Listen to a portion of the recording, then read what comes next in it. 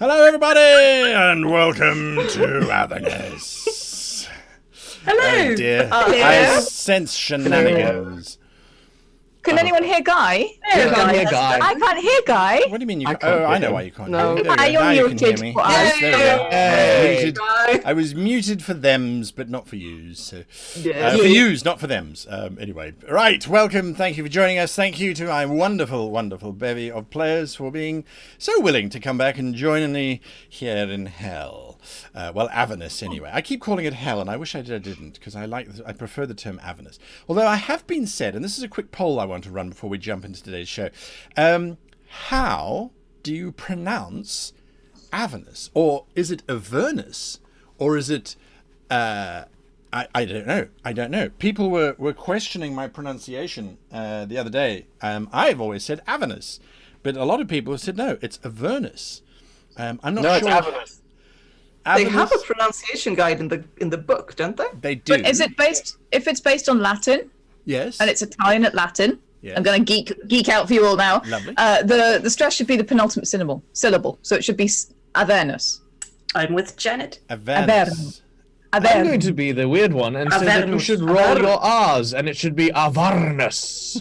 Avernus. Avernus. We're all Italian now. Hey, it's Avernus. We're going into Avernus. We will have spaghetti in Avernus. Ciao. Yeah, ciao, bambino. Right, sì, no. And I'm that's not the sure full what's extent of my happening. Italian. Right, so let's get into this. We need to get our serious game faces on.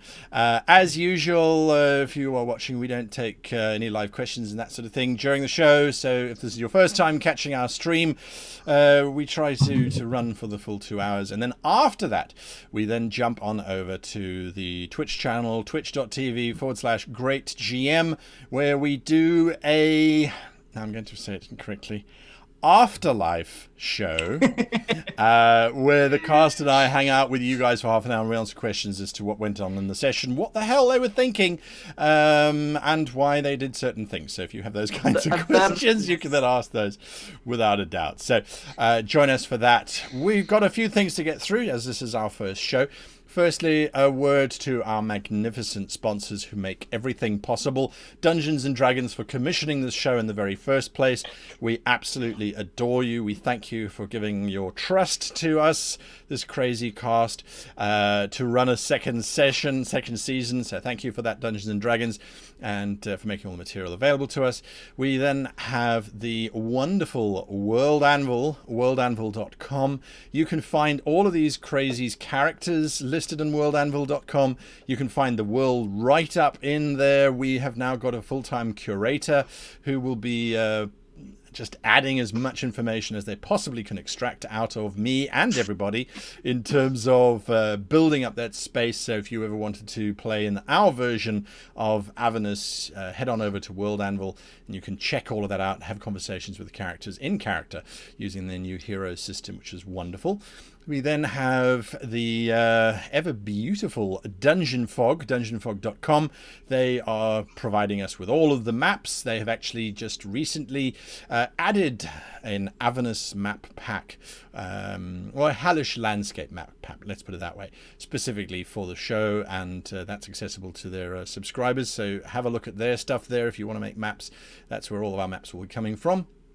Then we have Fantasy Grounds. You have seen already, if you watch the pre-show, Fantasy Grounds in action, doing all of our dice rolls, keeping all of our notes in terms of adventures and that kind of stuff, and providing all of the monsters that may or may not be dying in today's episode. Just bear in mind, no NPCs were hurt in the making of this episode. Right, and then I have to give a shout out to Leatherlayer, who provided me with this rather diabolic swag, I have to say. I absolutely adore it, and I haven't been wearing it around the house all week. So, there we are. Let's do a very quick rundown of these new and interesting characters. If you didn't watch the pre-show interviews, let's have a look. So let's start. The first one that's on my screen here, and that is Ixtech. Talk to us. What do we see? Who do we see? Give us a little bit, very brief rundown of who Ixtech is. As you can see, Ixtec is a half-elven warlock, very fancily dressed, high elven clothing, which is where they're coming from. They're very sort of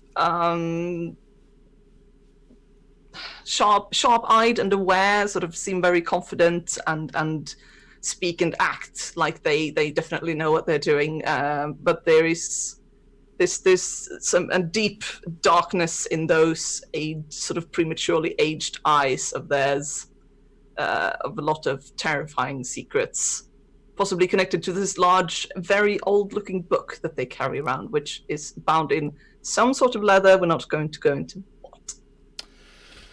There we are. There we are. Next up, we have Mademoiselle Larouge. Mademoiselle Larouge. Huh? So, Mademoiselle Larouge, as you have probably noticed from her very extravagant head situation, is a tiefling. She grew up in a cabal, which is one of the kind of large families within the world of Braxia. And her particular cabal is usually referred to, and usually in whispered tones, as the family. She herself is a rogue. She's young. She's doing great in the family. She's rising through the ranks, mainly because she does what she's told, doesn't trust anyone, and sneaks off to take naps whenever she can. She thinks she has life figured out. Everything is fine as long as she does what she's told, which is largely sneaking around and killing people because she is a rogue. Because she's a rogue, she kills people. Well, it's your lot in life. That's really. a hell of a motivation. She kills people because she's told to. There we go, there we go. And then we go to the man who couldn't decide on his character name, so he came up with multiple character names. Jormund, as played by Michael. Talk us about Jormund, or is it Jormundfax Galeander? Jormundfax Galondir, as his draconic name is. Yeah, all right. No, that's fine. That's fine. That's why I have changed it for the common tongue. And Jormund is indeed the common tongue to say his name. I made a dragonborn paladin who comes from a long line of dragonborn soldiers in a distant kingdom. He, however, has since abandoned his post, abandoned his calling, and seeks kind of an unbridled vengeance against those who have slighted against him and his clan.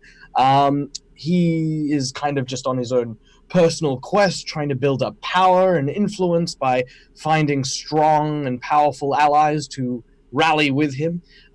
Despite his very large nature, he is actually very kind-hearted and very supportive of those whom do not choose to obstruct him from his goals, because he feels that violence is, a weak man's tool. Right. Violence is a weak man's tool. There we go. Speaking of definitely not a weak man, Thorn. Oh, yeah, hi, yeah. So I'm playing a dryad barbarian druid called Thorn, who's been burnt and has a bunch of little embers and flickering sort of fiery things under his very spiky burnt bark. Yeah, it's gonna be fun. Thorn's a lovely tree person. They just like everyone, really. So yeah, that's who I'm playing. A lovely tree person that's already on fire. So that should help. Pre-cooked.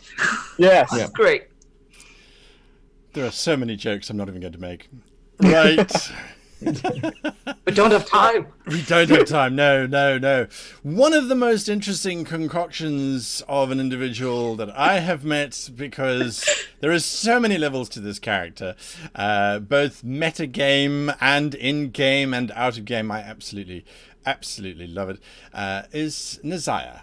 Or Nazia. You told me how to say this before. Nazaya. Nazaya. All right. There we go. Nazaya. The wonderful Nazaya Mazra. Let's see. Yeah. Hi. I'm Myri from German YouTube channel Orkenspalter TV, and I came up with Nazaya in very few steps. One was maybe play a monk because it's going to annoy Guy. First, I wanted to be tiefling, but then I realized that half orcs are woefully underrepresented. And yeah, so it became Nazaya, the half orc monk, Path of Shadows, but she is a cousin of May or Mademoiselle LaRouche. So she does have a little bit of tiefling blood in her, and that's why she's got these tiny little goat horns. Yes, adorable little horns. And at first she was supposed to be a much more, a little older character, but then the character art came in, and I think you all agree that it's absolutely lovely. And I wanted her exactly like that, so she became much younger, and her backstory changed a bit to fit the artwork, and now she recently left the family where she grew up as part of their very special assassin enforcers. That's where her monk heritage comes in. So she grew up as the enforcer of the family. So she is the weak man's tool. She is just someone that point, and she's going to be violent. So she's a blunt instrument. Yeah, basically. Gotta love it. Got to love it. Absolutely. And so there you have our ensemble of characters. This, yes, interesting mix of individuals.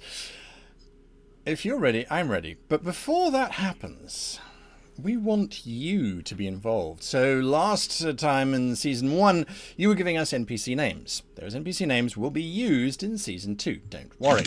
However, if you head on over to www.greatgamemaster.com, you will find a tab where you can now join the Blood War. You can choose your side, whether you represent demons or devils. Do you join the demon horde or the devil legions? The choice is yours, and you can then select which province of the Avernus map drawn by our ever-talented Kaora. Thank you for that.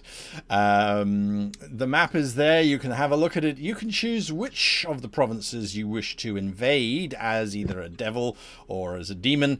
If you get enough support from others joining in, and you gain enough power within a certain region, you can take control of it.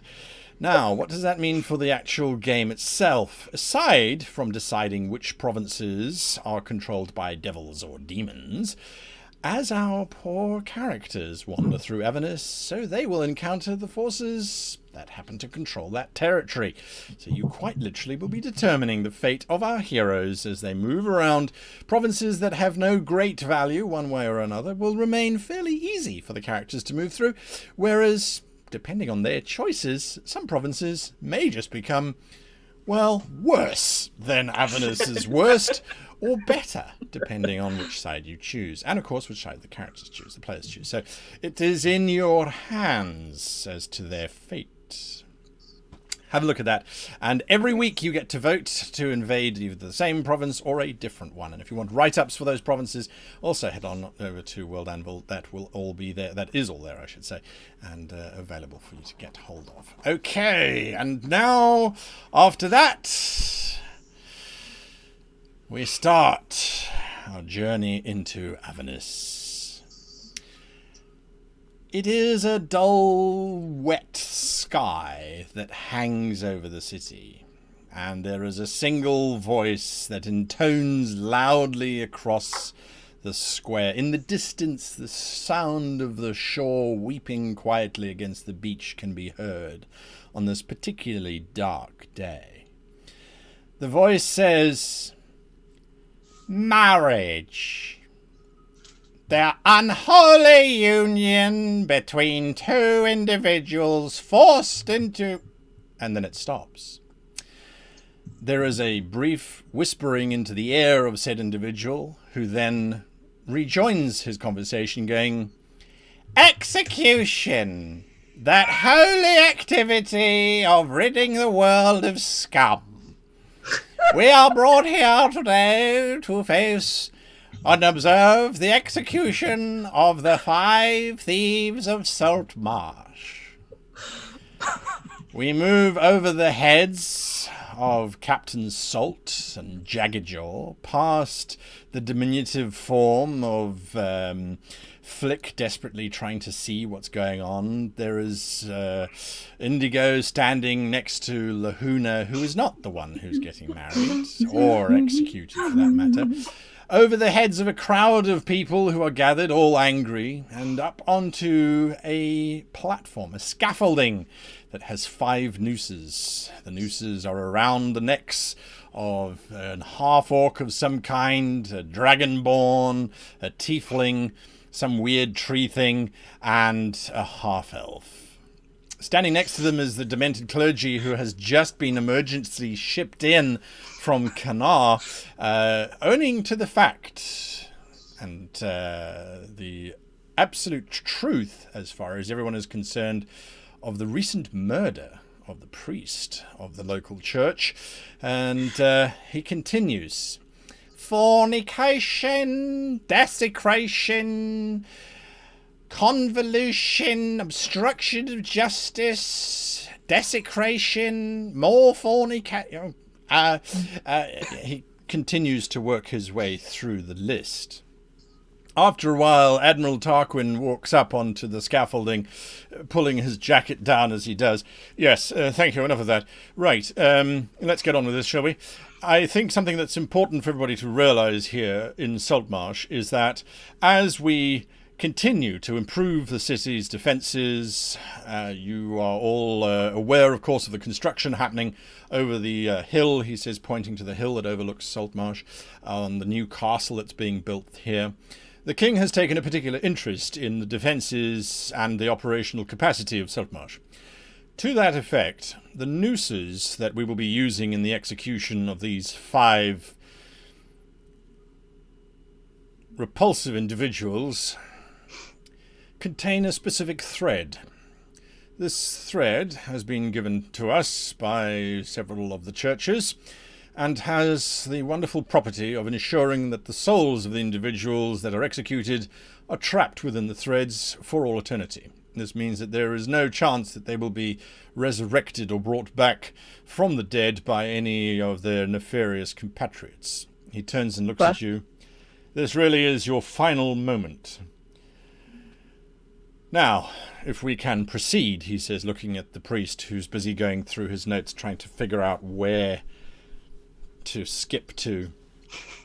I've still got 5 fornications to go. Should I skip that part? Yes. All right. In the name of all the gods that we worship and hold true and dear, we commit these souls to an eternity of oblivion. So say we all, on behalf of the Council of Saltmarsh, let it be done. And everyone looks over. There is a large hulking figure standing next to the drop lever that will drop the floor away from underneath the 5 of you, causing you to hang. And he waves demurely at pretty much the crew, and everyone knows it's a lad underneath the hood because the hood's on backwards. So he sort of stands there. Right, in the name of His Majesty, you are condemned to death, says the Admiral. And he nods, realizes what a lad has done. You can pull the lever, a lad. Right you are, sir. Sorry, he says, as he is about to pull the lever. The entire world suddenly washes white, and everyone pauses for a moment, except for you 5, who are standing, hands bound, rope around neck, feet firmly on the wooden boards which are about to give out from you. Standing on the platform in front of you is this particularly large, well-muscled, very beautiful man with these expansive white wings stretched out on either side, sprouting from his back, and this radiant light washing over him. He has dark skin and brilliant white teeth, and these eyes which are so blue, they are mesmerizing.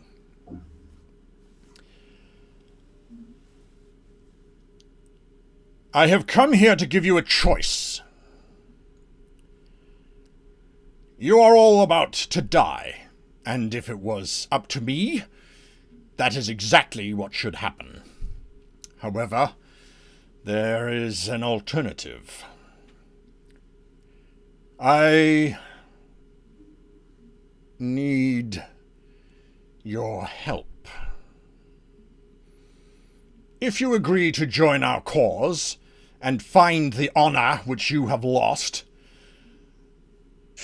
then your lives will be spared.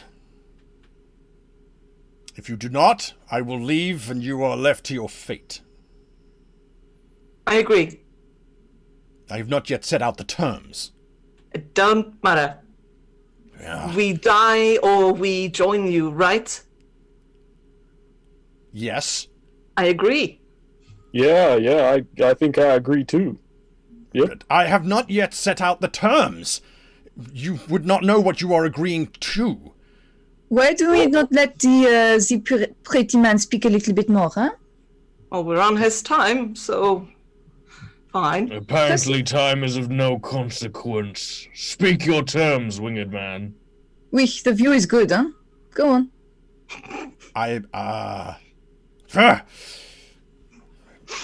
May. There is an individual who requires the 5 of you and your talent. If you will journey with me into the first layer of the 9 hells and perform some duties there, you might expunge the darkness from your souls and reclaim your place amongst the living here in the prime material plane. It will did not you be say easy. hell? Yes, the territory is hell. known as Yeah. Avernus. Okay, I'm really on board with this. Yeah, I agree. I'm fully What? on board. Yep. Down to hell, right? And you can cleanse our souls. What? You can cleanse our souls. You said that. No. Only you... Why did she send me? He says, pacing backwards and forwards. He's wearing heavy plate mail, so there's a loud clanking sound. I don't know why she sent you, because I don't know who her is, and I think we all agree. May, right? Quoi? Sorry? Oui, I was totally paying attention. Is there anything else you can tell us?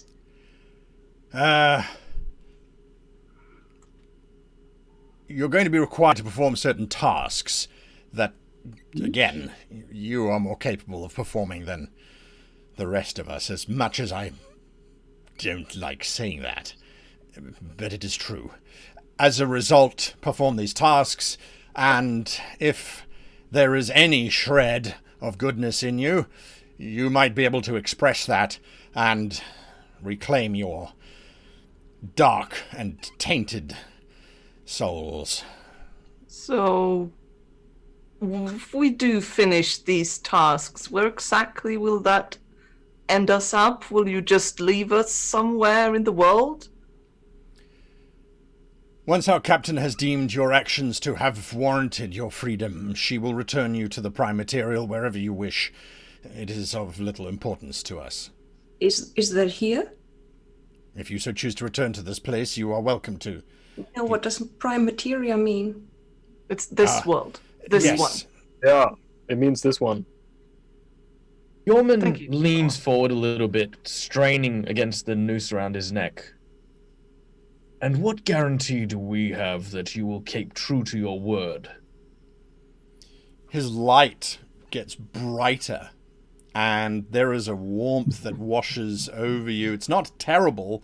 It's more comforting, like the hug of one's mother after many years of absenteeism. There is a comfort that comes in there. And he says, I am an angel of the highest orders. You have my word that Yes, he is. what is offered is what will be given, provided that you can follow your own, which I doubt, since you are without honor. But perhaps you might, in which case, if you honor your side of this exchange, we will honor ours. It is not in our nature to deceive, or to lie, or to betray, unlike yourselves. And what about our crimes here? Will they be forgotten about? Your crimes are your own to own. We will return you to the prime material plane. If you so choose to be returned 1,000 miles from this place, so be it. We will not interfere with the affairs of mortal man. D'accord. Encore une fois, one more time. We go with you to L. Just the little L, not the big L, just the little L. And you will be there. Sometimes not wearing all of that metal. And we help you with a little thing, and then we come back here. We do not die. And c'est bien. That's it, right? Yes, that is it. There will be no fornication in hell. I do not believe in fornication. Oh, I've seen it. I know it exists, huh? Be that as it may, is your choice to join me and expunge your souls? Yes. Yeah. I want all of you to give me a perception check, if you please.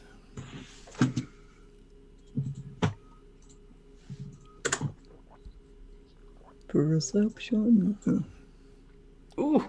Some good numbers coming through. So, we have it. There's our first natural 20. In the fire it goes. In the fires it burns. Indeed, indeed. All right. So, those of you that got above 15, which if I look across here was Ixtech, Thorn, and Jormund. I don't think anybody else got there. The three of you notice that there's a hand waving in the crowd. It's unusual because the rest of the crowd are all frozen in time, but there is a little hand waving, just waving idly in the background. It's another very handsome young man, but he's dressed in a fine livery, very well appointed, quite a lot of jewels. His hair is slicked back. He's quite red in colour and has two very delicate tiefling-like horns out the sides of his head. He could very well be a tiefling, but he's the only one moving. He's not saying anything. He's just quietly waving.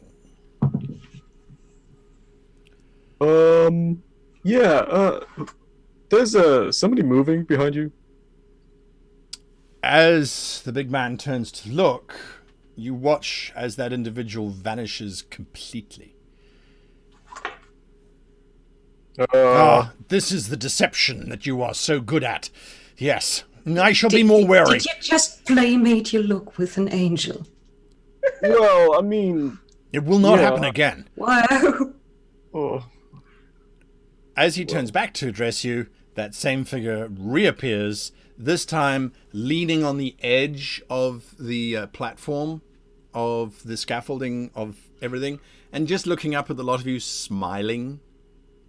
I return the Do we all smile. see him this time? Everybody now sees him, yeah. I give him a smile back. Are we to depart? Is the tiefling hot? Oh, yes. Is he hotter than the angel? Kind of like good boy versus bad boy. But So he's hotter. I don't know what floats your boat. So, yeah, your choice. D'accord. Okay. Mademoiselle LaRouge looks the angel up and down. And there's a distinct feeling that if she could, the buckles would be coming off the armor. And she says, D'accord, I will go with you. Let's see what happens. Huh? Right. This may hurt. May, huh? Of course it does. He then sort of smiles. The face that's leaning on the scaffolding and then disappears. The world for a moment washes white, and then suddenly you get the sense that your feet are dropping away below you at an incredible speed, and there's that moment of panic where you think perhaps a lad has finally pulled the lever, but in actual fact your feet are just disappearing into this dark hole underneath you, and your feet have gone, then your shins have gone, then your knees have gone. There is this low screaming sound which starts to become louder and louder. It sounds as if there are thousands of people crying out in pain and anguish, and then this whole darkness consumes you completely. For the briefest of moments, your life and your actions starts to flash past you. Suddenly you're standing in the church over Saltmarsh. There is the dead priest, there are the ghosts, there are the undead tree. Then you're back further, you're on the road, you're on a journey, you split your different ways as your life just flashes past you in this assault of history and bad choices and good choices and actions and regrets, perhaps, until there is a very definite thump and you land with a rather unceremonious, I should say, thud. I need you... Aha! The monk tries to stabilize before landing. I'm going to share a map with you. You land on this really cold, hard surface. And for a moment, you think perhaps you're back in that church because there's that similar musty smell. And then suddenly it gets hot. Very hot. The temperature just rises and rises until it gets to that dry heat, that insufferable dryness that just makes you want to drink water. And the light starts to come in a bit. It starts to get red. It starts to get murky. It starts to get dark. It starts to get... Actually, the shadows are everywhere, and they seem to move around on their own accord, trying to get away from you. It looks like your own shadows are trying to claw away from you very briefly on the floor as you start to stand and look around. You are very much alone in this space. And it, as expansive as it is, you realize you are standing in a significantly large cathedral. There's a problem, though. The windows that look out of the central area that you are in, they seem to be blood red in color and don't let in a huge amount of light. There is a large chandelier hanging overhead which does burn, and you realize that the screaming is because it is people standing there. They look like priests, as a matter of fact, of various faiths, are standing bound or impaled upon this chandelier, and they are on fire. That is what is illuminating this space. Writhing, screaming, clutching at the burning flesh, trying to remove it, but without any success. It's at that point that there is this brief blurring of white energy, and once again the large individual stands in front of you. Good. Hello. You have survived. It would have been unfortunate if you got lost along the way. That was sarcasm. Now, I am Haruman, and I serve the great General Zariel. He looks around. She should be here by now. Why is she not here? Burning?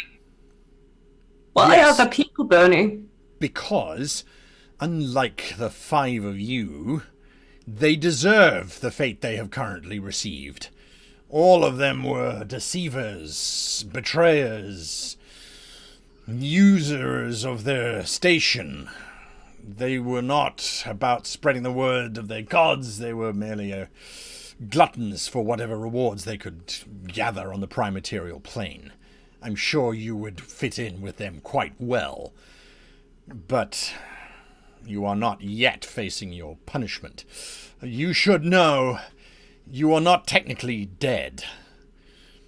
You are still alive. If you die here, your soul will return here, and you will suffer whatever fate is determined for you. So do not die. D'accord. If you survive until Zariel deems it worthy of you to return to the prime material, and you are still alive, you will then be returned intact, of course. If you die here, you die here, and your soul will receive the punishment it justly deserves. He seems very unsettled that he's definitely worried that there should be others here by the looks of things. He keeps looking around. So you'll be watching us then, keeping track of what we do? It is not for me to decide that. You will be given tasks that you will be required to perform. Your soul and cleansing your soul is specifically in the hands of yourself and your gods. Perform acts that would be of value to them, and they will clean your soul. We provide you an opportunity to do so. That is merely the terms of our deal. How Those who gracious do not of you. follow a god, What did you say? and those who do not follow a god. He looks up at the ceiling. I think you will find Avernus incredibly illuminating. We have... Oh, pardon. No, it's not that I don't believe there are gods. I think he's saying pick one. That is I not don't how it think should any work. one of them wants me. But that's You how should it's be working. drawn to right your now. god. You should not pick one as if it was a bakery and you were choosing what to have with your villainous breakfast before you go and commit some atrocity, or whatever it is that you people do. You should be compelled to follow one of the gods. They have power and are, in most cases, worthy of your respect. Yes, yes. So how will you be giving us our tasks? She should be here by now. Zariel. Yes, along with several others. You While will stay this is- here. Do not die. He disappears in a flash of white light. Oh, the pretty man is gone. Why did you do that? You chased him away, huh? Yes, probably I for the did. best. I'll take this moment to go to Mai, and using my teeth, given my hands are still, kind of bound, I will Right. bite through the restraints. So yes, you start biting through May's ropes on her hands, starting to cut her free. Definitely. It's Dégoûtant. Don't complain. It's what I do, huh? Whatever fate seems to have brought us, we have all been brought here together. And if that angel is going to return, he's going to want us to be performing these tasks diligently. I suggest that we perform, huh? work together for the time being. Of course. Does that Yep. make sense, huh? Maybe we can get out of this with our skins intact. Looking back up, he is hoping. Maybe we can get them down there making an horrible noise. Once you're done chewing at my wrists, yes, I will pull out a knife. yes. A little glint goes through my eyes for a second. And then I start cutting people free. Thank you. You are all Question. released from your bonds. Yes. Question for the GM. How we have our clothes, Yes. I assume, but do we have any of our other things? So, the equipment that you were carrying, mysteriously, you do have it. It's very friendly of him. Convenient. I take out my massive tome and I unclasp the metal lock and I sort of start leafing through it as if I'm looking for something, sort of muttering to myself under my breath in a language that I don't think any of you know. What language is it? Infernal? Yeah, I do know that. Oh my god!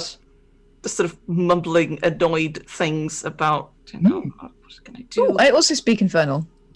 Of course, because you're a tiefling. Yes. Yes, so almost everybody in the party actually understands what you're saying. Of course, of course. I'm sorry for trying to I don't. it. Wait. No, I don't get it. They're just muttering to themselves about, like, Guy, can I roll a history check to find out if I know who Zariel is? Absolutely. History or religion. Anybody can Okay. roll this as well, by the way, if you want some more insight into that name. I'd love to.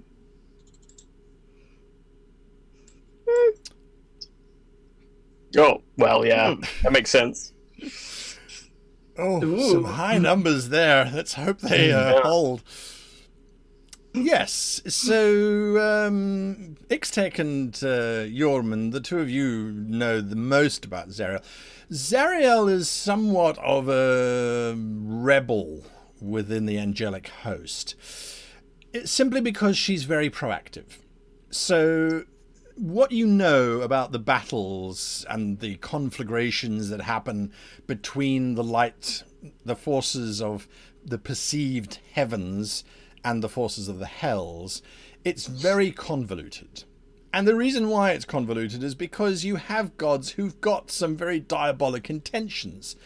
So if you commit diabolic intentions in the name of that god, you're actually fulfilling what they want you to do, and so you end up in their version of heaven. However, even when serving diabolic gods, sometimes things slip up. You don't kick the puppy. You avoid your monthly sacrifice. You let it slip, those kinds of things. There's punishment. And that is where Avernus and the Nine Hells comes in. It's a collective cesspool that all of the gods agree is where they don't want anyone to go. And so they send those that they don't like there, pretty much. Zariel is part of the host of defenders of the realms of the gods, and she works with several other of the angelic host, but she's more, as I said, proactive. Definitely a little bit vindictive, very militant. She often appears on the prime material plane, trying to shift the balance when evil has started to corrupt things. She's been present. There are several texts that talk about the chastisement of Zariel for being too involved in the affairs of the prime material plane. Anything beyond that, she's a competent warrior. She rose through the ranks with determination and skill. She's often looked up at by young women and men who are looking for a strong, younger figure who is not afraid to take on authority. But she does her duty, and she is considered to be one of the up-and-coming stars who will one day, perhaps, ascend to full godhood and take her position amongst the pantheons, perhaps as a champion for teenagers and youngsters who have a drive to make things better, possibly by using a sledgehammer.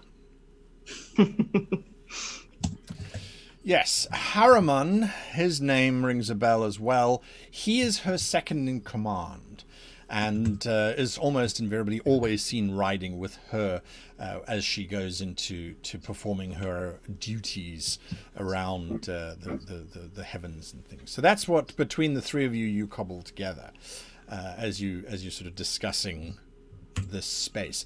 The church that you're in right now, you have concluded, just from the adornment, from the architecture, is definitely either the cathedral or a cathedral from a space on the map known as Ancir, which is an elvish controlled territory. The shape of it is still stone, but there's a certain amount of organic layout to it. Why it would be here, you don't know.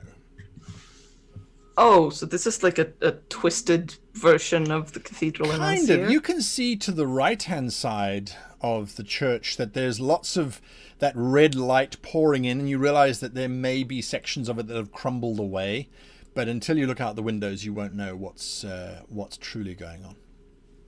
Nazia, you wanted to say something? No, Nazia just said home because she's from Ancir, and so is May. Yes. This particular cathedral, you remember being in Ancir the last time you were there. It is a magnificently large edifice that the elves use predominantly as a center of religion, but Yes, it also lords over the city. May did one of the fornication counts here. You're not supposed to tell everybody. May is actually going to let a big yawn, take her pack off, curl up a little ball, and go to sleep. Okay, that's what May's She's going to keep one ear open, because there are people screaming and burning above her. But yeah, the hot guy's gone. Snap time. Desaya settles down next to her with her in a meditation pose and says, "She does that." Yormund sort of sees the two of them, then looks at Thorn and Ixtech. Probably a good idea that we get some rest. There's no telling when that angel's going to return and have demands of us. I'm just going to take a quick look around and make sure that we're safe here. If you wish to, you're welcome to come with. I'm going to see if I can figure out more exactly where we are. Ixtech's going to turn and go over to the windows. All right. Thorn? Thorn's looking at this weird golden thing. On the altar? Yeah, just sort of looking at it, just going... Okay, I will. Yes, as Thorn is looking at this object, you realize that it is a reliquary of some kind. It is this golden box that sits upon the altar. Inside the reliquary is, well, it looks like a head on a spike that's slightly green. You touch the glass of the reliquary. It's got ornate gold roofing. There's little. It looks like cherubs that have been carved into the roofing of it. These gold columns, beautifully fluted, again with little cherubs floating around it, down onto the golden base. And then this very dead head inside of it. It looks like a woman. The spike goes through the neck and comes out the top of the head. She probably was in her 80s when she died, though. Probably half elvish, or it's difficult to tell with the decomposition. Okay. Well, she's dead.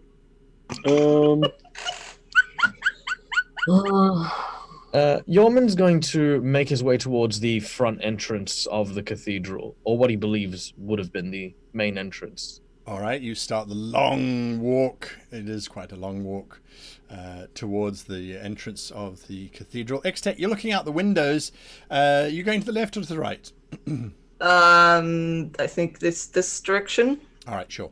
So you're busy looking out of the windows. As you look out, you see this horrific hellscape. Just black rock, molten lava flows here or there. This weird orange-green fog is just everywhere. And I use that term very specifically. It looks like a fog, but there is pollution in that fog. There is this horrific muck floating out there. Every now and again there's bits of lightning. The lightning is this brilliant orange that streaks down, and way off in the distance you can see some strange tower-like structures, but it's difficult to tell, and your eyes hurt after a moment because you realize that sometimes that tower seems very far away, and sometimes it seems very close, and then very far, and then sometimes in the middle ground. As you refocus, it seems to change distance all the time, making it very difficult to get a specific sense of what's going on. This is a question. It's a moment when I should be asking, as a warlock, as someone with a devil patron. Yes. How much do I know about this place, and how well could I localize myself? Like, not a huge amount. The devil has told the family a lot of information, but a lot of it is potentially misleading. So when you look out, yes, this has been mentioned before, and you do know that if you were to journey by foot, that mortals in this realm get tired very quickly. And food and water is going to be a major problem. And if you are alive, as the angel Haruman has declared you are, that is going to be a major problem for you. There isn't a lot of water out there in Avernus. It's mostly lava, and that's not very good to drink. Only we had a druid. If only we had a druid. Well, about that. Well, Issa sort of goes through their little backpack and sort of pulls out the small pack of travel rations and the small bottle of water and just sort of weigh them in their hands for a moment, sort of thinking. Right. Jormund, you are walking towards the front of this door. You hear a scrabbling, scratching sound, and it's coming from your left. Yes, your left as you're heading towards the door. So let me go back to the map. Yeah. I'll quickly draw the the start edge of my 2 blades. Absolutely. And as you are in preparation, these 2 very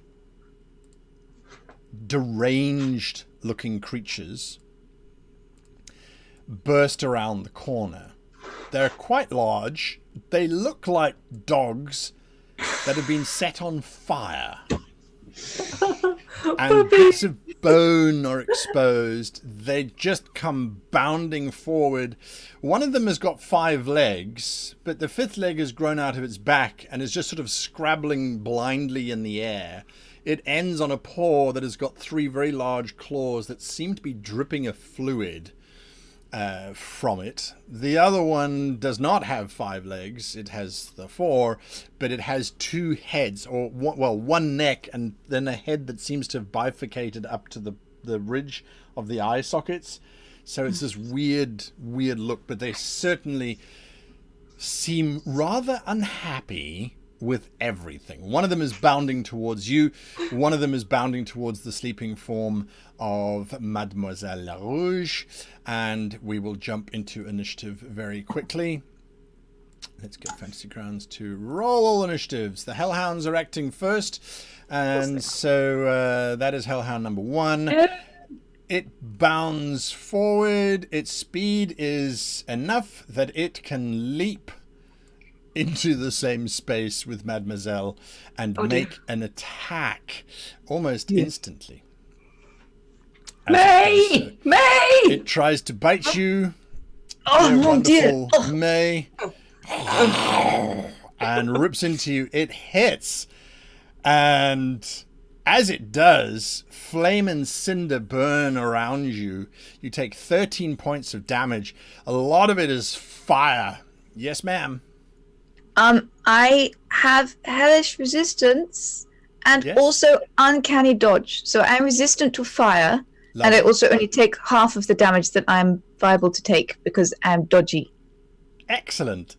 Excellent. Blue dodgy. Very dodgy. You are a dodgy individual. Yes. So as it bites me, I go, ah! And sort of roll away and draw my rapier at the same time. Absolutely love it. So you take half damage from fire, which is No, fine. I take no... I'm resistant to fire. Resistant, yes. You tell me. So, yes, so it's half damage from fire. And what was the other thing that you have? Your...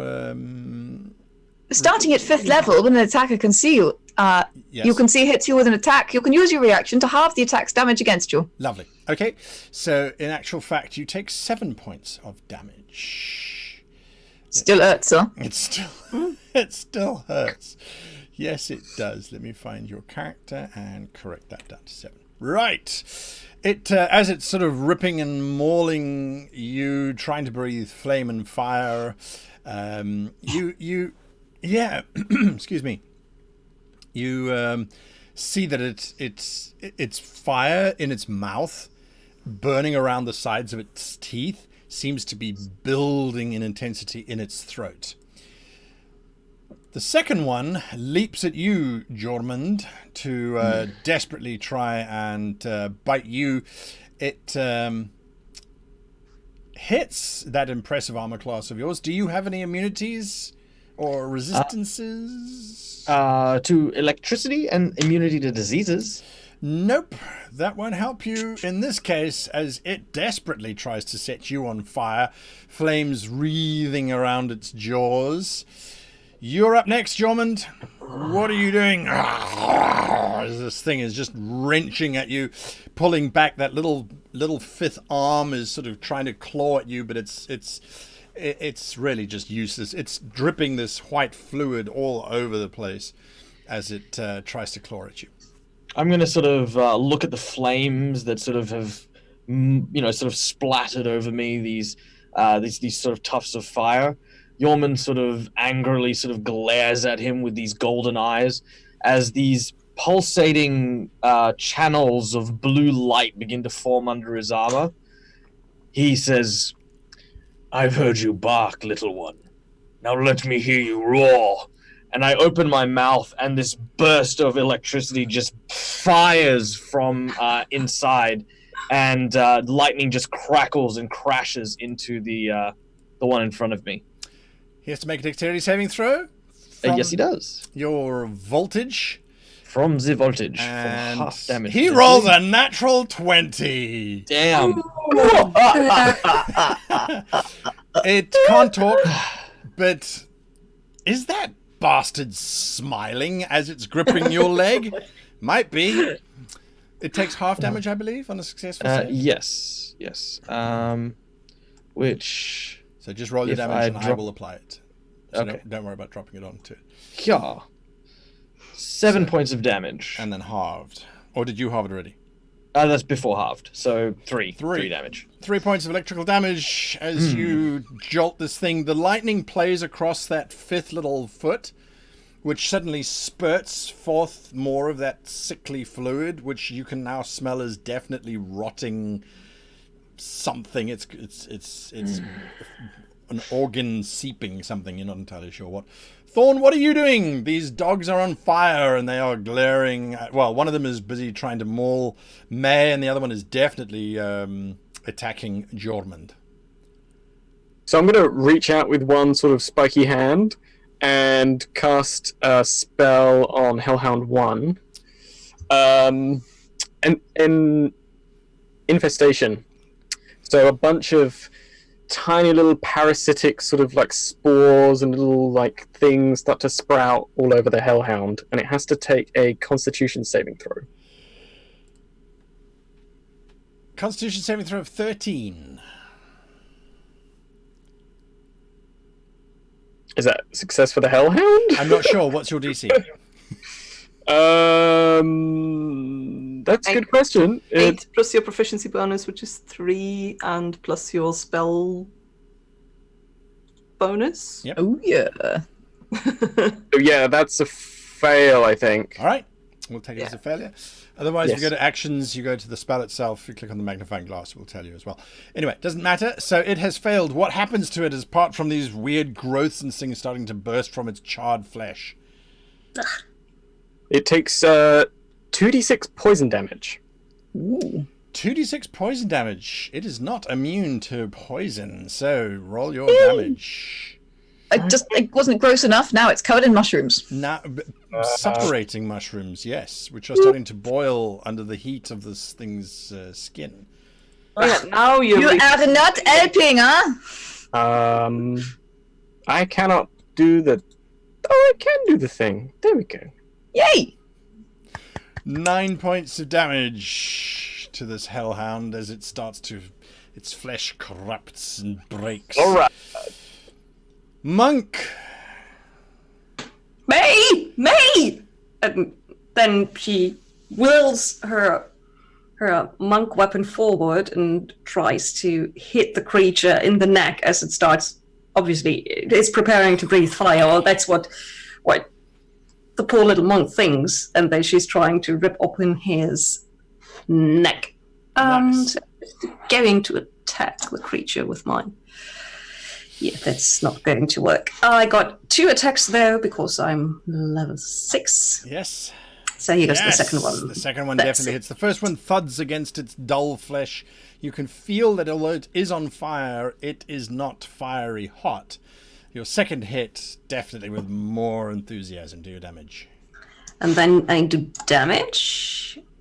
But more important than that, I'm going to spend one of my 6 key points and attempt a stunning strike to stun the Hellhound. So the creature needs to make a Constitution. DC is 13. Like a Constitution saving throw. Constitution saving throw of 13. It fails miserably with a natural 1. Then the creature is stunned until the end of my next turn. The creature is stunned until the end of your next turn. And since I used my bonus action to ready my weapon, I guess, that's it. All right. It is stunned. Can you drop that condition onto the creature? Yes. Give me a second. I need to move something around. Yep, Where am I? do that. There you are. Ixtec. Yes.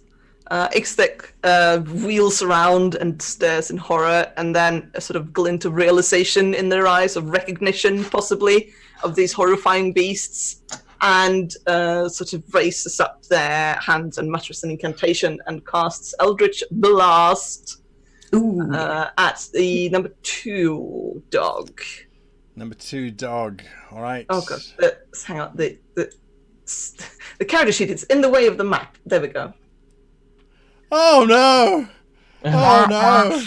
Oh dear. Dear, dear, oh dear. Oh dear. We've had a lot of those already. The bolt sails wide, careening into some of this ancient architecture. It explodes, vaporizing bits of marble that were hand-carved by the slave labor gnomes in the mines of Fairwood. Yes, screw the gnomes. We're here right now. I'm going to cast a second bolt at the same dog. Spoken like someone who's going to hell. Hey! You see Oh, this? Yeah, spoken like someone who just definitely belongs here. Yes, it hits. The blast hits indeed. Do your damage. Oh, and I dropped the damage. If we do shirts again, I want Ixtex to say "screw the gnomes."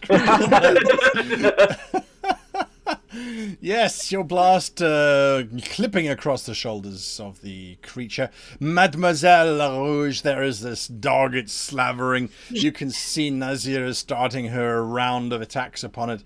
But yes, that fire is glowing hotter and redder in its throat.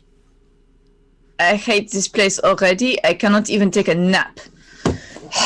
D'accord. You should not take a nap.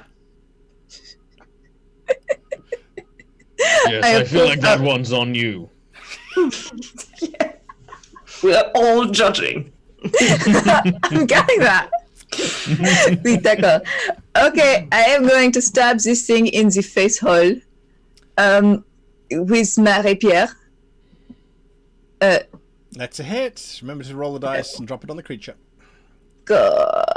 Now I am sneaking Yes, because I you am have within 5 friends. feet You of have friends another. in high places. Oh, So you I've done some stabbing. Yes, your blade punctures through it, and there is that glorious moment where just for a moment it feels as if you have just punctured into a juicy roast chicken. There is that resistance from crispy skin, and then that gentle, tender, soft feeling as the blade digs deep into something truly delectable. As you pull it out, however, it spews out these rotting mushrooms and other tendril-like things, courtesy of Thorn. The beast is still standing, however. Are you doing something else? Sorry? Yes, I would like to use my bonus action to disengage and move away because it smells and it's bad and I don't like it. So I'm going over here. Bye. All right. Yes, get behind me. Oui, you're tall, I'm small, this is fine.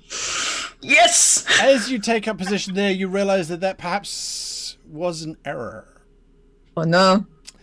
The beast stands there, blood pouring out of its side with bits of mushroom and tendril, and its flame just washes out. Sorry, did you have anything left to do, May? No? No, I think I'm going to cook now. Yes. Isn't it stunned? As Can I fire- still do that? It is stunned. It can only take one action, though, Ah, of course. with being stunned. I thought it was pointing that way. Yes. That's why I moved over here. Yes. It doesn't take too much for it to look in your direction. It doesn't have to move.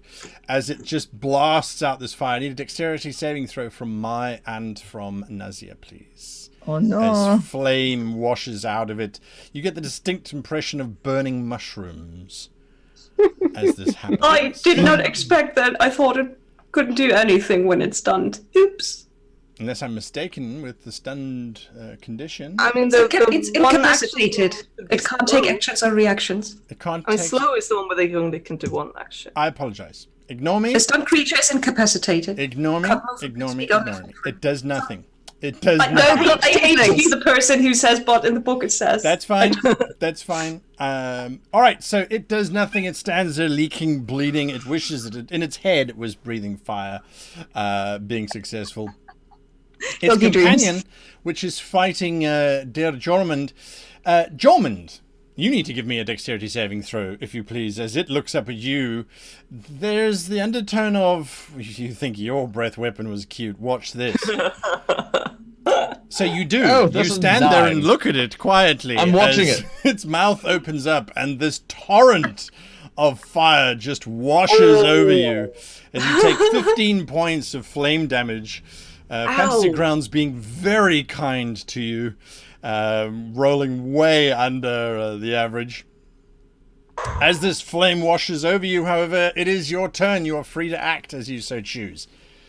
All right. Yorman sort of, once again, like as the flames sort of wash over him, is sort of impressed that this creature has been quite the formidable opponent.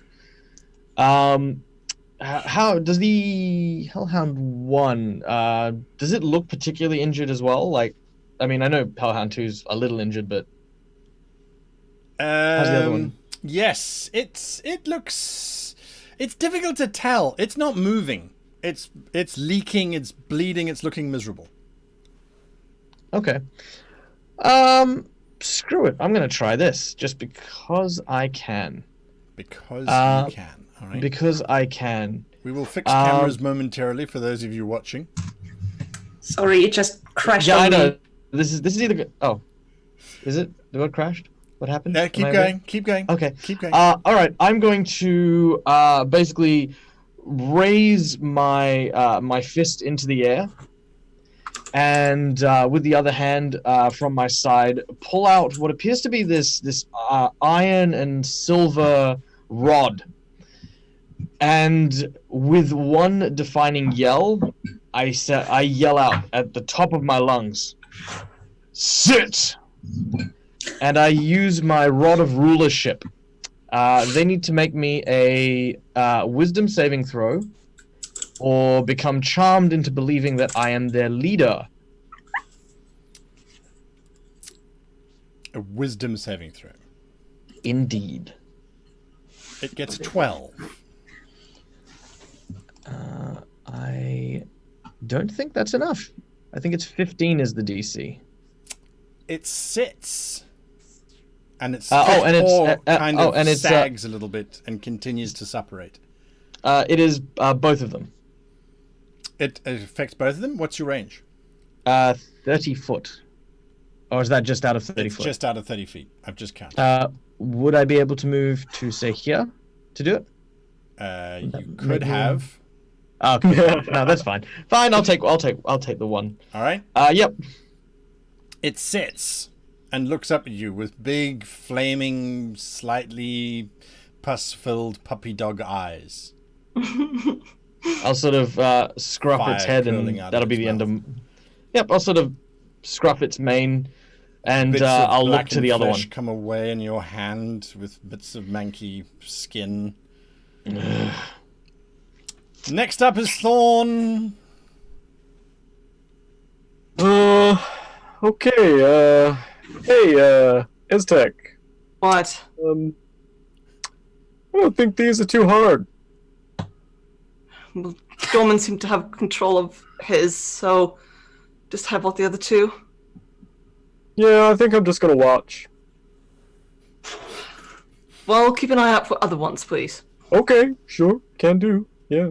They look cute though, right? They look nice. Sure. Sure. I pass. Nazia? I'm going to kick and stab and pummel that puppy until it doesn't move and no longer threatens my cousin. Yeah, So- kick it. Yeah. Oh yeah, I've got advantage because It's poor done. thing is done. Yes, indeed. So hit and damage. Oh, Hit and yes. Wow. damage, and I spend another key point to do 2 more You don't unarmed need to. strikes You against. don't need to. As you I slam kick into. the corpse. Yes. Sorry. There- I'm probably moving too fast to stop myself, so I kick the corpse once more, and it slithers little bit away, and I... Whoa! Slow Yeah. down! No, don't slow down. It's fine. Good. Keep doing that. the corpse is Oh, no. unmoving, and as you watch it, all of you can see that it slowly starts to crumple in on itself, as if its structure is just no longer able to sustain itself, and it just starts turning into this blackened, bloodied pool. Little mushrooms sprout out of it, but immediately as they sprout, they blacken, wither, and pool back into the sludge, turning into this rather unfortunate black stain, which I will indicate here on the map for you as it Zaya dies moves backward, and horribly. with her sheer size, she keeps also moving May backwards away from the All right, yes. dead creature. Ixtech, you doing anything? Drummond, have you got the thing under control? For now. Till I kill it? That's fine for the time being. Right, fine. I just start walking over, sort of, this way. All right. How long does your control last for, Michael? 8 hours. Gotcha. Congratulations! His name is Spot. There you go. Yeah. There you We go. have a I am pet. gonna I call it Peppermint. You call, Aww. you Its call it. name is now Peppermint. Its name is Peppermint. Okay, I am going to. Yes, we're out of combat as Peppermint looks up at you, vaguely drooling and on fire. And from the corner of the church, or the cathedral, you hear this. Oh, what's going on? My headphone keeps falling out of my ear. What's? You hear this. Well done, all of you. I have to say, I'm impressed. And whilst I'm doing this introductory monologue for this NPC, who may or may not have significance to the story, you guys can reset your cameras, please. I am so impressed with all of you. This is the same red-skinned individual that you saw before standing in Saltmarsh. He's still dapper, still dressed to the nines as he was, and is now slowly starting to walk towards you. He does sprout this rather long tail, which you can see slowly twitching behind him. Yes, Nazia. Zaya goes "Wah!" and throws her weapon at him. Make your attack. More by instinct. There's another hellish thing coming for us. Yes. Don't startle the monk. Let me bring him up. I guess it's not going to bother him very much, and I'm sorry, but I look at my Hellhound and say, we're gonna have to buy you a bell. Yes, we are. Yes, we are. No. Make your attack if you please. where is he? When did he appear? He hasn't appeared yet. I'm not putting his token down. Okay, No so one's I'm gonna just get going rolled. to- Finish stabbing him. No, I'm just going to do blunt attack. Okay, and here we go. I will That do should that have for you. that should have Yes. worked. There we go. Oh, Oh! he's safe. Yes. Wow. The blade goes wide as he ducks out of the way. Come. We're all friends here. No need to throw weapons, surely. I mean, if we're going to throw weapons, I could certainly throw something back at you, but I'm not going to do that. Why? Because we're all friends here. Now, I know who you all are, and I'd like you to know who I am. May, what are you doing? I'm watching the tail to see if he's saying anything that adds subtext or saying anything else with it. All right. Yes, the tail's subtext. Give me an insight check, please, because it's using a language that's a little bit older than you remember. I'm familiar with my tail cant. Inside. There we are. I am stunned by his delightful red horniness. I don't know what he's saying. You do not know what he's saying. No idea. Let me introduce myself, as I think we are on speaking terms. Anyone else want to throw anything at me and miss? No, please go ahead. No? Right. I have the unfortunate name of Damnifer. Now, yes, I am a devil, and well, you are in Avernus. It's to be expected. Between you and me, I wouldn't trust any of the others. Nasty sort. Now, whilst you're all here on some fantastic crusade launched by whomever, or whatever you're doing here, I thought I'd introduce myself and provide you with an alternative that perhaps you hadn't considered. I've done some checking, and I have to say I'm impressed. Your activities on the prime material plane have warranted some attention here, let me tell you. So I thought I'd be the first to welcome you to Avernus, and to offer you a deal. Interested? I am curious. What's the deal? So... We already have a deal. No, you have an exchange. It's very important that you understand this. Those delightful individuals from up there, the ones all in white, you can usually tell them by their supreme arrogance and disdain for people like us. They make exchanges. So whatever they offered you, it was an exchange for something. I'm making a deal. And there's a difference. Subtle, perhaps, but a deal nonetheless. I will give you whatever it is that you desire in exchange for you doing a small service for me. If you don't do the service for me, you are still beholden to me for all eternity. If I don't give you what you desire, I'm beholden to you for all eternity. Do you see the difference? I invest in people that I like to work with. I don't just abandon them, drop them off, and say, oh, you're on your own, high and mighty type of thing. So what you're suggesting is a contract? Yes, absolutely a contract. And what is it you desire exactly? What is it that I desire? I desire many things, he says, looking at Mademoiselle LaRouge. Some of them I will have repeatedly. Others, however, I will probably not get from you. What I desire of you is information. A little heads up on what your current employer is going to be doing down here.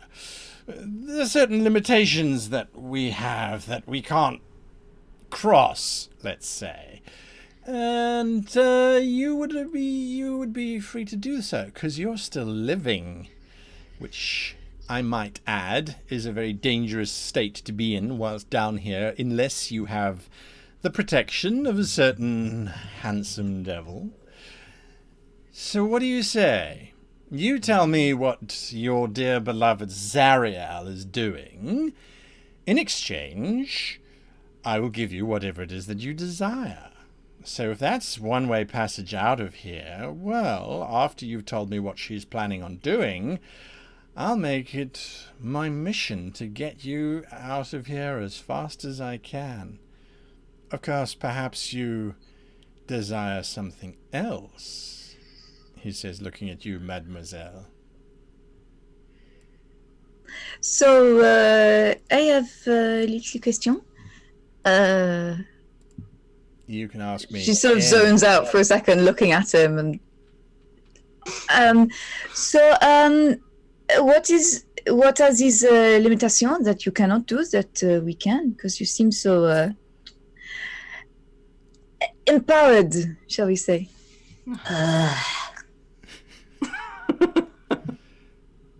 I am enchanted, to say the least. I understand why you did what you did, and I can honestly say, mademoiselle, that you truly belong down here with us. We could have so much fun.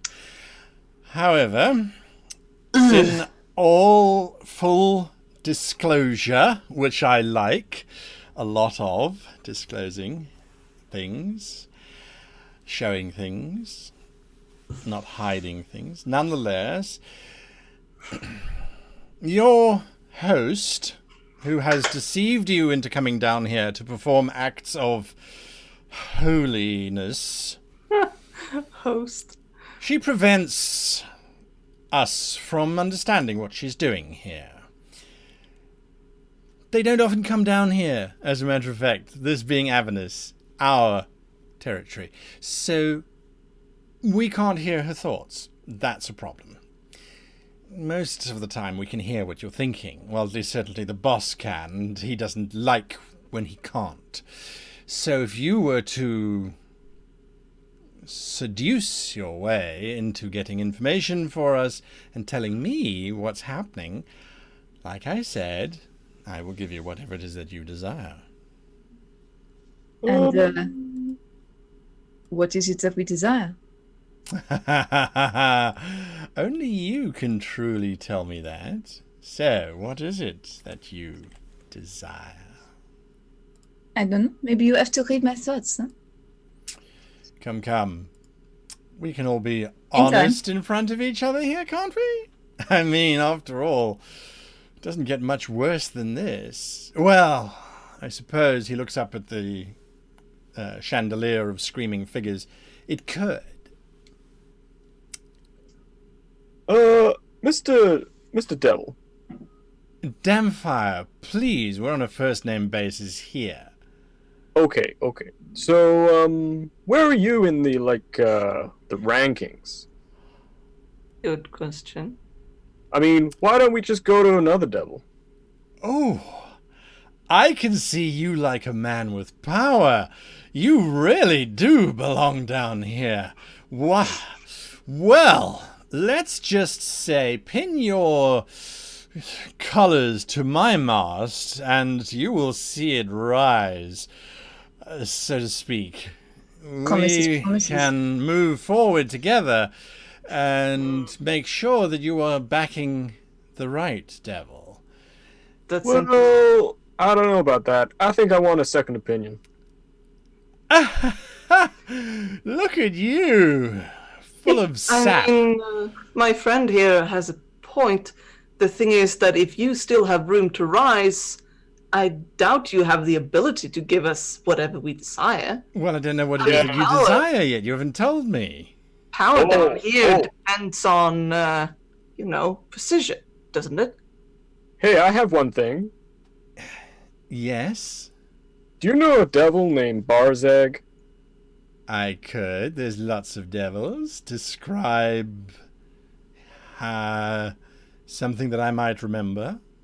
Well, he's big, black, like furry a little bit, spiky, likes fire. Can't really remember, but that was his name. Thorn, that's like Yeah. most of them. Yeah, I know. It was a bad night. Well, that's what I want. I want him. If that's what you desire, I can make that happen. You talk about devils with power. Let me position it like this instead. If you were to go to, say, the Archdevil Bell, who is in charge of this place, he wouldn't want to help you because you could offer nothing to him that he needs. However, because I'm not yet Archdevil, I need... And as a result, it puts you in a position of power. Does it not? So it is to your advantage that I am not all-powerful just yet. But when I become all-powerful, it is again to your advantage because, well, now you're friends with an all-powerful devil. So it really is a win-win whichever way you take it. And will. But if all you want is some devil's head on a plate, I will make that happen for you, Thorn. Oh, okay. Well, I'd still like a second opinion. How about this? You give us some way to contact you, and then we'll think about it until we find this information. I mean, Yeah, I like that. Mm. I'm Actually, not enter into a would contract you without thought. would you mind if we conferred for a moment? Oh, but of course. Yes. Chat amongst yourselves. And just to be clear, I would love to be able to leave you with something that allows you to get in touch with me anytime you like. Okay. I'll just go and talk with an old friend, he says, and he starts walking past you, Naziah, to the head in the golden reliquary on top of the altar. Oh, Don't mind me. Naziah slinks to the side until it's dark enough where she is and just poofs to where she threw her weapon. Yes. Naziah, no, okay. Picks it up and then comes back. Rejoins. All right, you're gathered again underneath the burning chandelier. I'm just going to move you all on the map. Yeoman looks at the others and says, "Now, we've traveled together for quite some time. And He can read our thoughts. No, you cannot, I- huh? I I thought have no so. intention of hiding my thoughts or my intentions. I speak plainly out loud as I do in my mind. My thoughts are only Speaking this. your mind. Oui, d'accord. Look, if he could read our thoughts and find out what he wanted from us, he wouldn't be making a deal. Précis. The angel. This individual offers us a chance to return after we have earned our stripes. What this means could be anything.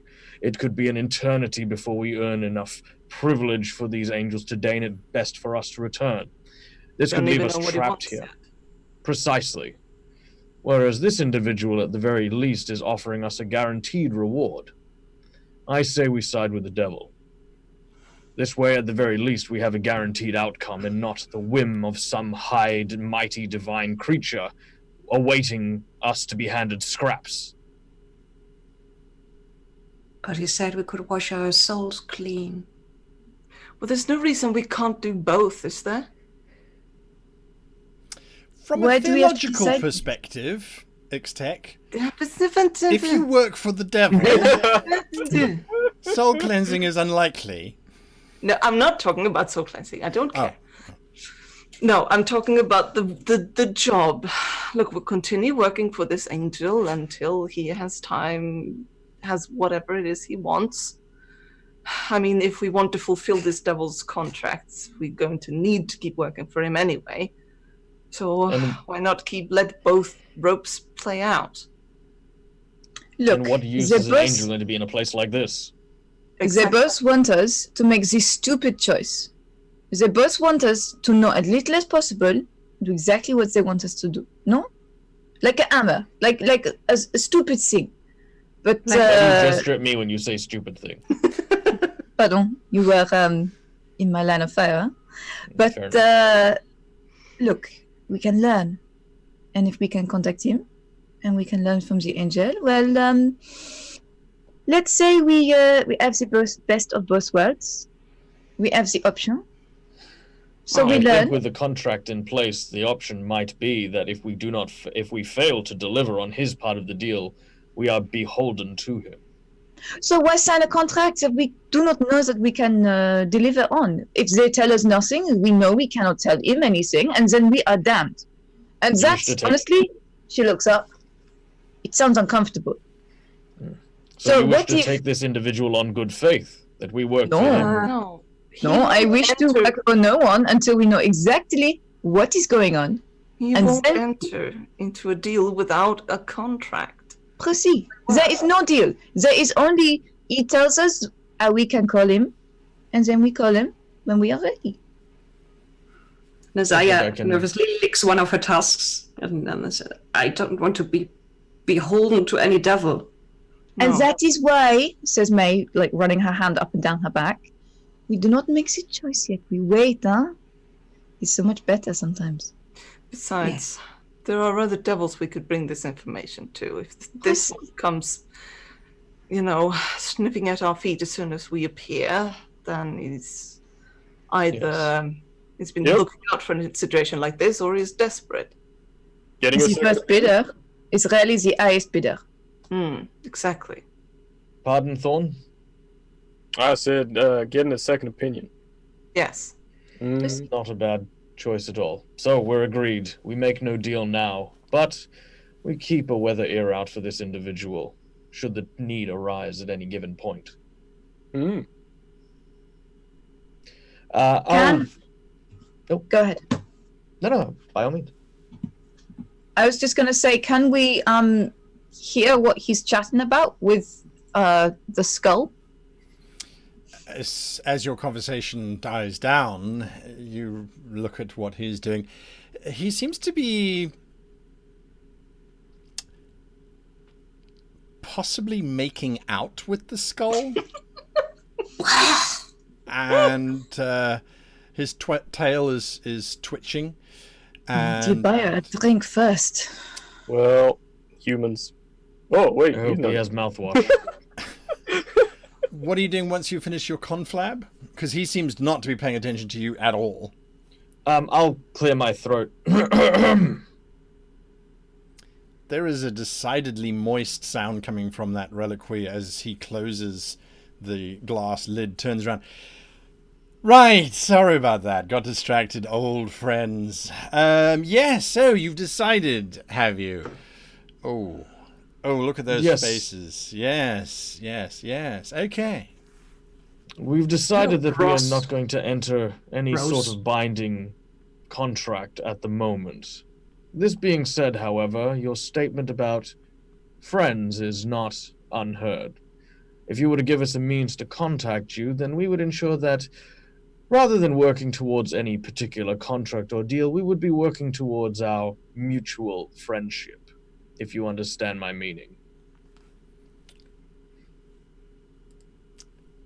He looks from the one to the other. I think I do understand, sadly, what you are driving at. And I accept. I guess. I don't have a choice. Really. Friendship it is then. We'll all be friends. Now let's seal the deal with an orgy. No. No? Well, far be it for anyone to judge. As we say down here, it's too late. I will be around. You can contact me using... he sort of rummages in one of his pockets. He pulls out this wet bag. It's dripping water. Vaguely sort of turquoisey in color. Here, when you're ready to contact me, this is an old friend. Just tell him that you're looking for Danfire, and I'll be right along, as they say. What are friends for? It's definitely whatever's in the bag is moving. I wouldn't I'm a little squeeze it too concerned hard. about the state of your friends. Yeah. Even your friends are gross. Oh, he's not a friend. More of a... You just said friend. Well... Yes, he is a friend, I suppose. He's very dear to me. I would hate if anything were to happen to him. He's been through a traumatic experience recently. Now, if you'll excuse me, I have to depart because... Is it me or is it getting bright in here? How awful. You get to see all the wrinkles. Bye! And he just bursts into flames. A few moments later, there's this brilliant white light, and once again, the large form is standing there. I'll pocket the friend. Yeah. There is a growling from Peppermint. Oh, Peppermint! Hide in one of the alcoves. It slinks off towards one of the alcoves. You named it Peppermint? Yes, I had a horse like that once. That's Ugly cute. thing. You add a horse like that? Yes, it was a destroyer with half its face mangled after a cliff face accident. It was a sweet damn horse. A destrier? Yes, that's the one. Ah, you are still here and alive. Oui. Good. I have found Zariel. Prepare yourself, she arrives. Try not to speak your words. There is another brilliant flash of light, followed by 5 others. And this very impressive young woman standing in very white, shining platinum white armor is standing there. She has short cropped hair, a very militant look about her, very intense look. Behind her are 5 individuals, the likes of which all of you recognize. These are murderers, criminals, and other lowlives. You can tell generally by the blood-splattered clothing they wear. There's one of them standing in very beautifully made, very Gothic-looking black plate armor. Young man, quite pale to the look. But yes, she is standing there. Several more flashes occur elsewhere, and soon there are about 50 of you, all gathered.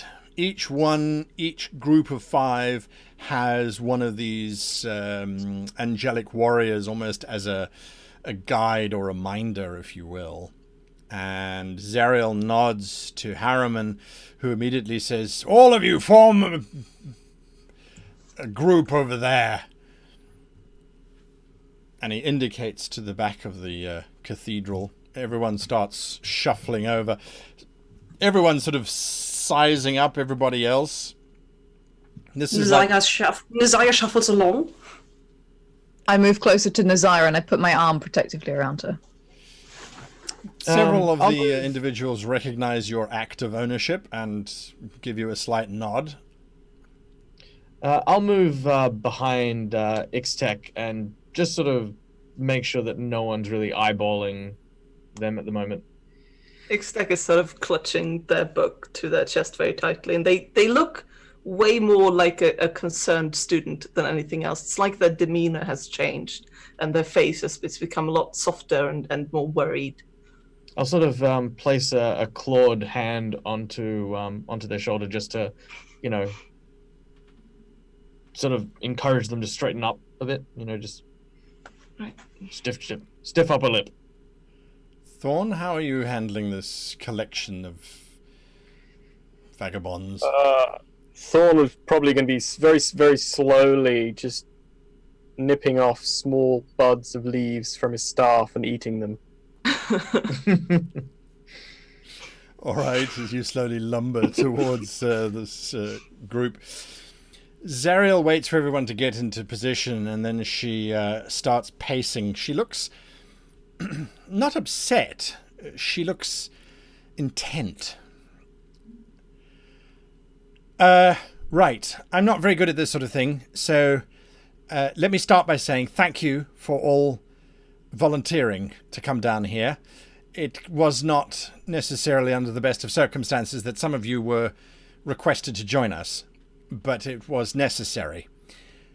I am Zariel, one of the Divine Chosen, and what I am about to do is in violation of the holy edicts of heaven. You should know that before we proceed. That is why we have got together you individuals. For far too long, the forces of the devils and the demon hordes have fought a battle which some of you may or may not be aware of. The battle is called the Blood War and has been raging for millennia. It does not affect you directly, but indirectly on the prime material plane.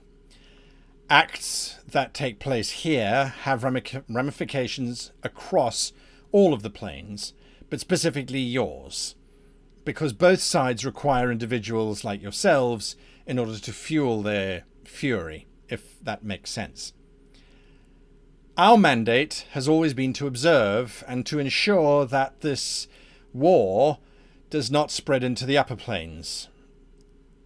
I believe this is the wrong approach, and that those that are in power have had too reserved an approach to this conflict. I seek to change that, and with your help, I think we can. The balance that keeps this battle going is undoubtedly the leadership of both sides, the Devil Legions, the Archdevil Bell, and the demonic forces, the current leader of which I am unaware of. That is our first task, is to identify who our enemies are and then to work out how we can effectively remove them, thereby crippling both forces and hopefully allowing us to gain a foothold here and to change Avernus from being a place of evil to being a place of good. In doing this, I believe that your souls will be expunged of the darkness that currently inhabits them. And that is why I truly believe that you will gain great value in performing the acts which we are going to ask you to do. My God. We are a small group of individuals. There are not a lot of us here because I believe direct confrontation is futile. Your expertise is what sets you apart from the average forces, and certainly your abilities at deception, manipulation, betrayal, and the like position you equally amongst our foes. They will not have advantage over you in terms of twisting things. You cannot break what is already broken. However, you can repair it, and that is what I think you will be able to do this day, and indeed over the course of the next few years as we seek to bring about justice, goodness, and right the wrongs that exist here. Each of you has got a warrior assigned to you. They are my captains. Their word is as good as mine. Their orders are as mine. If you follow their instructions, I believe that we can all eventually find a place of honor and eternal salvation. If you do not, that is your choice, and you are free to make it as you so choose. But bear in mind, you have already journeyed to Avernus, and should you perish here, you are going to be consigned here for all eternity, and will most likely become a devil or a demon yourself, to be forced into eternal battle for an eternal war that can never be won. The choice has been made to come here. The choice is now to be made to follow upon the agreement that you made or not. Know that none of us, she says, looking at her captains, will judge you for choosing not to honor your contracts. We understand the types of people that you are, and we hope you can become the people that we would wish you to be, the ones that perhaps you are inside but have lost track of. Are there any questions? She says. Harriman folds his arms and glares at the five of you with a look that he thinks conveys, you do not have any questions, but possibly is simply him judging all of you as, you're going to betray us anyway, I can't wait to kill you. It's a difficult interpretation. Jormund. My question is that may we use any mean that we see fit to achieve our goals while on Avernus? She hangs her head a little and then she looks back. It is with a heavy heart that I am forced to acquiesce and say yes. We brought you here because of your unique skills and your dark perspective. If you can find a way to achieve our outcomes, I believe that the outcomes will result in a greater good. And as a result, they are sanctioned. But if you seek to corrupt pure souls, that is completely unacceptable. What you do in Avernus should affect Avernus only, if that makes sense. Yes, she says, looking at you. I just wanted to ask whether there are pure souls in Avernus. I I think you answered that. There are some that you might encounter. We have other agents in the field, but I will not go into that information.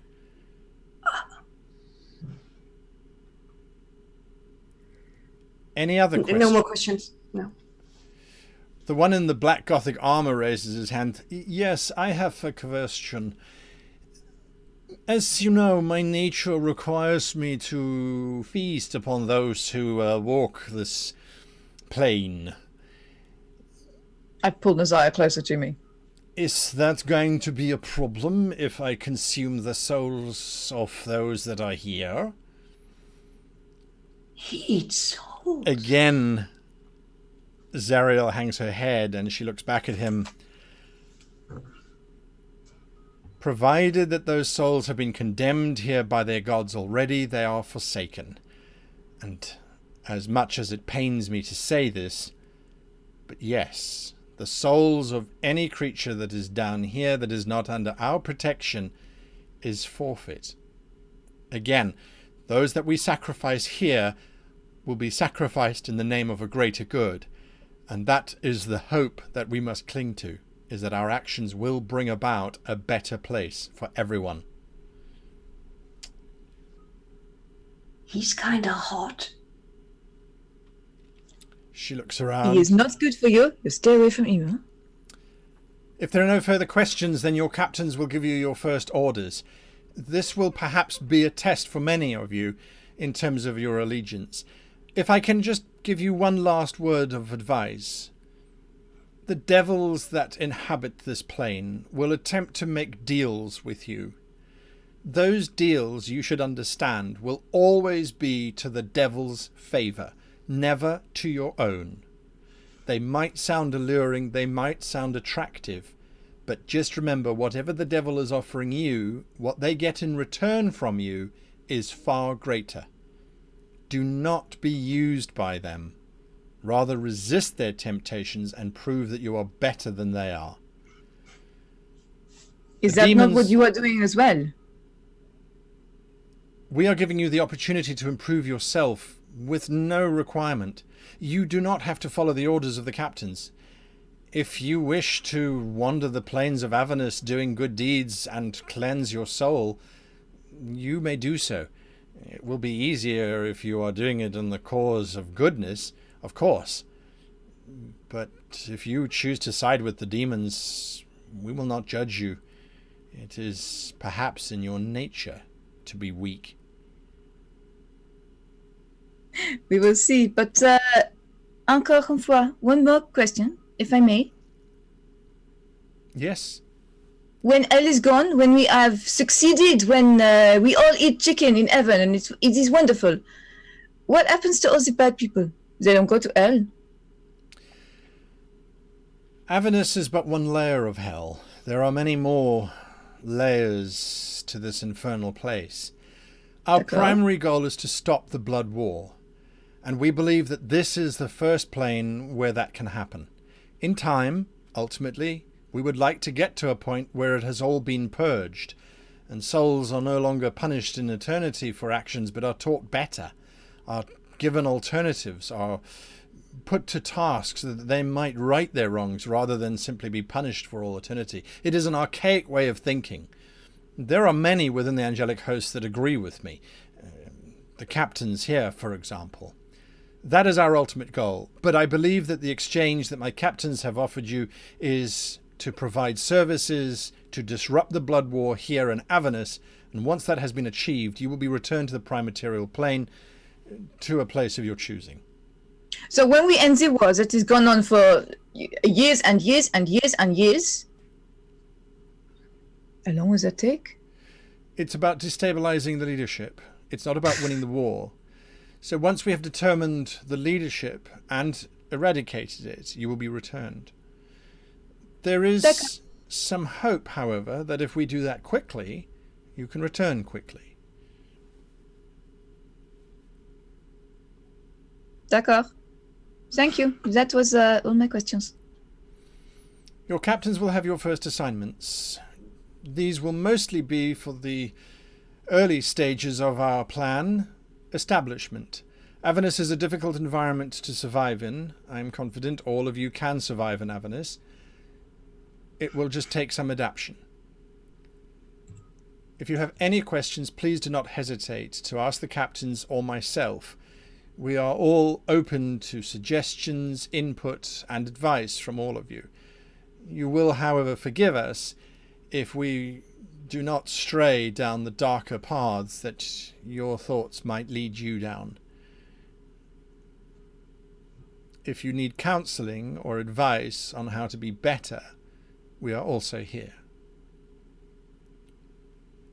She steps back, and the captains look at each other, they look at her, there's a polite nod, and then Harriman says, "All right, come with me, we will talk about your first assignment, and then you can prove how you will fail." I thought you were going to teach us to be better. He looks at Zariel, who's engaged in dialogue with somebody else. He looks back. "Zariel is my captain, and I will follow her beyond the shores of Avernus. I will follow her deep into the bowels of the infernal hells if that is what she requires of me. It does not mean that I agree with her assessment. Now, we will need a name for the 5 of you." We have names. "Yes." Oh, But- in our first stupid, yeah, I know what you mean. "Yes. What are you to be called? Degenerates?" Oh. That's probably already taken. He looks across. "You are right. Definitely," he says, looking at one of the other groups. The lost boys, girls, and other. The That lost is order. inappropriately long. I think it's good, no? Dawn, what are The you lost, saying? perhaps. Oh, I'm not so good with words.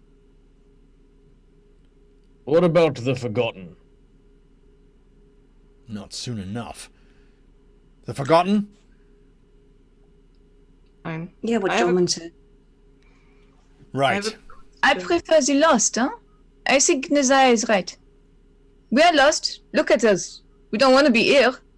But You chose what to is be lost here. can be found. Yes, Extend- what about when say our something? enemies try to refer to us and they say, "Who Hey, attacked us?" I wanted The to say Forgotten. something. No, who attacked us? The lost. Where are they? We don't know. We lost them. Me! I like it. X-Tech, you wanted to say something? I have a question D'accord. for you, Harriman. We were picked for this assignment, right? Yes. Because of our particular skills Yes. to work as a team together.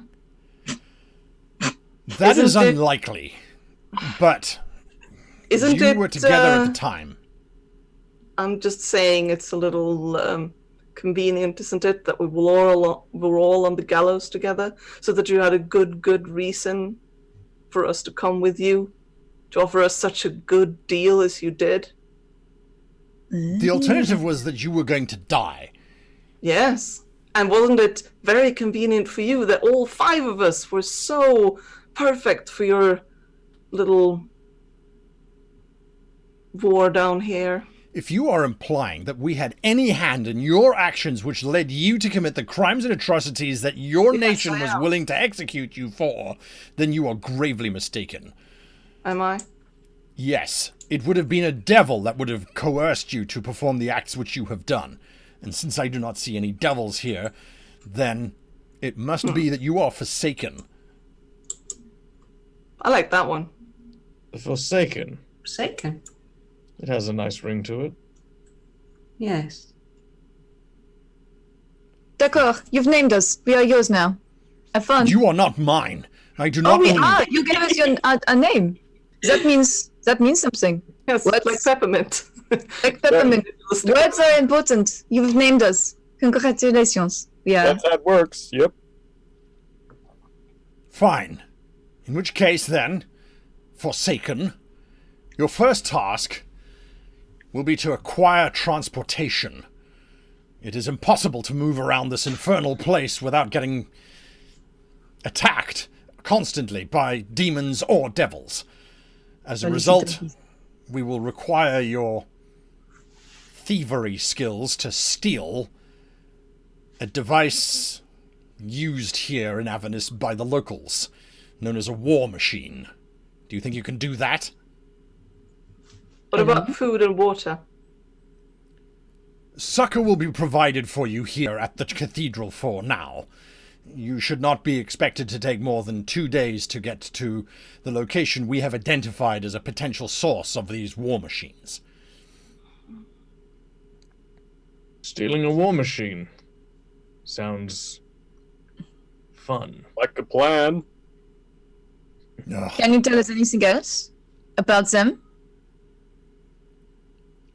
They're over there, he says as he points out of the side of the cathedral.